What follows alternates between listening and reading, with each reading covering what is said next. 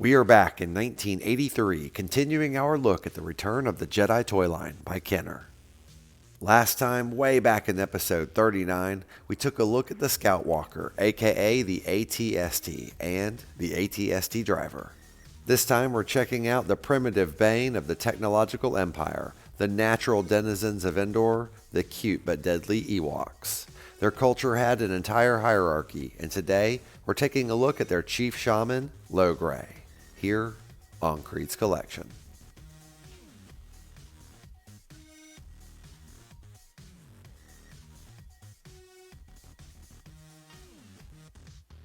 Hey, and welcome back to another episode of KREED'S Collection. Today we're checking out Logray from the 1983 Return of the Jedi toy line by Kenner. Logray is the chief shaman of Bright Tree Tribe on the planet moon of Endor. He was there when C-3PO was discovered in the forest and believed to be a god. He personally told 3PO that Luke, Han, and Chewbacca were to be cooked for a banquet in his honor. Luke, of course, tricks Bright Tree Tribe into releasing them by using the Force. After hearing about the rebels' adventures and fight against the Empire, Logray reluctantly joins the attack on the shield generator and the Empire's invading forces. And now that we know a bit more about Logray, let's take a closer look. So Logray is an excellent sculpt, like most Star Wars figures, but I have to say I really like this guy. He's got a great face. I like that he's baring his teeth and you can see his little gray mustache. Not to mention he has ears poking out of his headdress. His fur has a mix of this gray and kind of a khaki brown color, and I really like it. It's nice. It's a lot better than just being all one color. Even though both of his hands appear to be sculpted open to hold accessories, really only this hand has the ability to hold his included staff. As we go a little further down the figure, you can see he has a nice pot belly right there, which I think is really fun. And also his fingers are nice and stubby, just like his little stubby toes he has here poking out of his fur. If you look closely, you can see he even has little toenails there on his feet. And I have to say, altogether, he is extremely cute like all the other Ewoks. But the thing is, I think people tend to forget that the Ewoks are cold-blooded killers, and they would actually catch you and eat you if they had the opportunity. Man, this place gives me the creeps. You and me both. Look at the size of those trees. Hey, what was that? Man, quit being so paranoid. It was probably just the wind. Yeah, of course, the wind. That's probably what it was.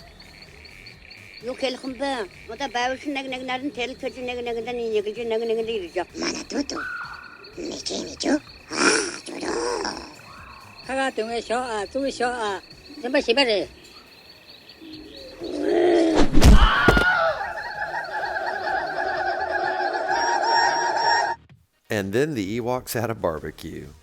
Now we're going to take a look at Logray's accessories, starting with his staff. It has a feather sticking out right here, and then what looks to be the backbone and vertebrae of some sort of creature. That's pretty graphic for Star Wars. Not sure what this is, but there's some fur here and then a staff that extends down.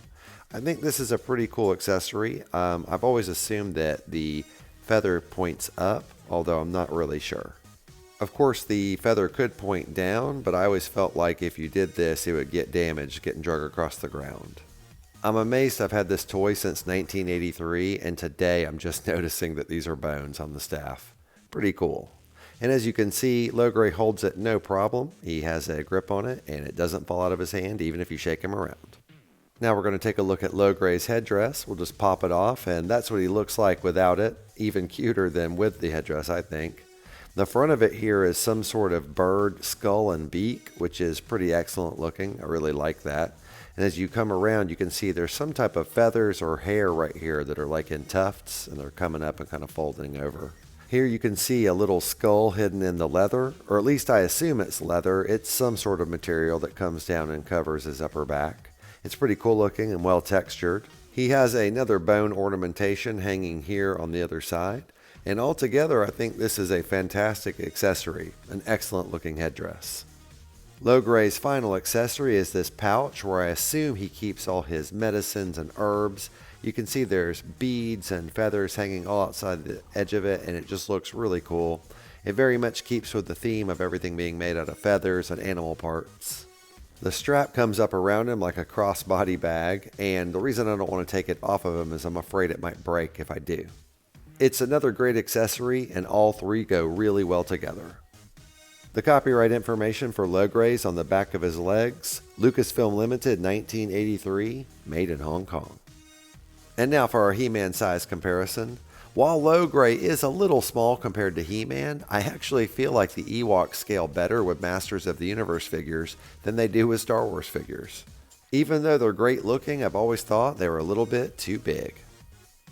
Thank you so much for taking the time to watch my toy retrospective for Logray from the 1983 Return of the Jedi toy line by Kenner. Logray was the first Ewok figure I received as a child, so he has a special place in my heart.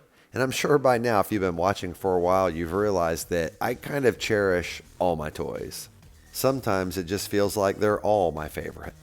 I hope you enjoyed the video, and if you did, please leave a thumbs up. And if you have any thoughts, please leave a comment. I love reading and responding to them. And if you haven't already, please consider subscribing. It's free, you'll help my channel grow, and I would certainly appreciate it.